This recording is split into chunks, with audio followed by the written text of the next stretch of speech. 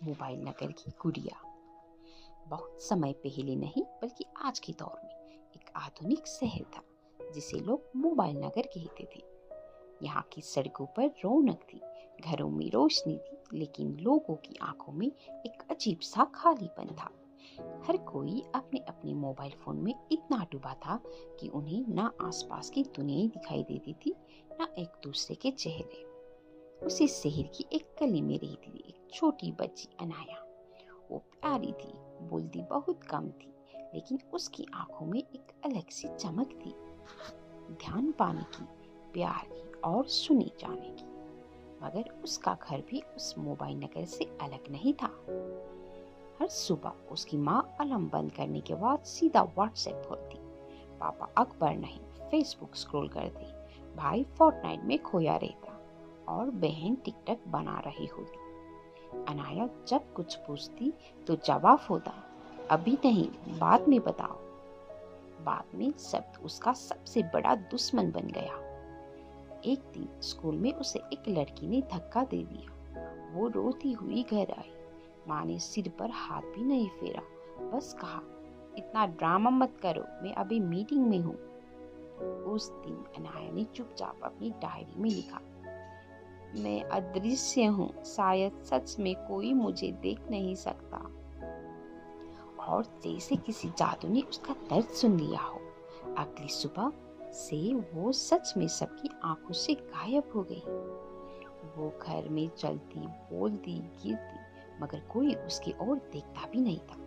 School में teacher उसकी कुर्सी को खाली समझते, दोस्त उसके पास से बिना देखे गुजर जाते।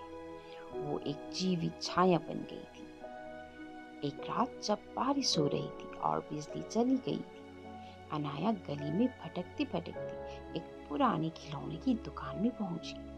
वहां बैठी थी एक बूढ़ी दादी, जिनकी आंखें चमकती थी और बाल रुई जैसे सफेद थे। दादी मुस्कुराई और बोली, मैं जानती हूँ तुम कौन हो गुड़िया, मैं तुम्हारे जैसे बहुत बच्चों से मिल चुकी हूँ। अनाया चौंकी, आप मुझे देख सकती है? दादी ने एक पुराना आईना निकाला जिसके बॉर्डर पर सितारे चढ़े थे। ये आईना जादुई है, इसमें देखने वाले को अपने अंदर की सच्चाई दिखती है, वो भी जो वो खुद से छुपाते हैं। दादी ने कहा, इसे अपने घर ले जाओ और जब सही समय आए बस किसी एक को दिखा देना। अगले दिन अनाया ने वो आईना अपनी माँ को दिया। माँ ने जैसे ही देखा, उसमें एक थकी हुई और अकेली औरत दिखाई दी, जिसकी गोद में एक बच्ची थी जो बार बार पुकार रही थी, माँ मुझे देखो ना। माँ सन्न रह गई। उसके हाथ से मोबाइल गिर गया।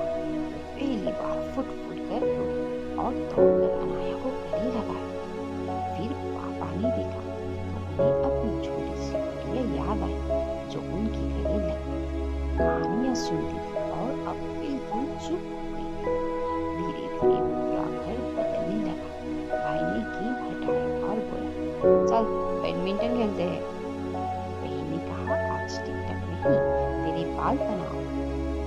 पापा ने मोबाइल ऑफ किया और कहा, अनाया आज कहानी मैं सुनाऊंगा। खबर फैली, एक बच्ची का जादुई आईना लोगों को उनकी असली दुनिया दिखा रहा है। एक एक करके पूरे शहर के लोगों ने उसमें झांका और रोने लगे। उनकी आंखों से बहता था पछतावा, प्यार और भूली हुई संवेदनाएं। आज भी कहते हैं, अगर कोई बच्चा बहुत अकेला महसूस करे तो उस तक वो जादुई आईना खुद ब खुद पहुंच जाता है। और अगर उस आईने में तुमने सच में झांक लिया तो शायद तुम भी किसी अनाया को दोबारा पा सको।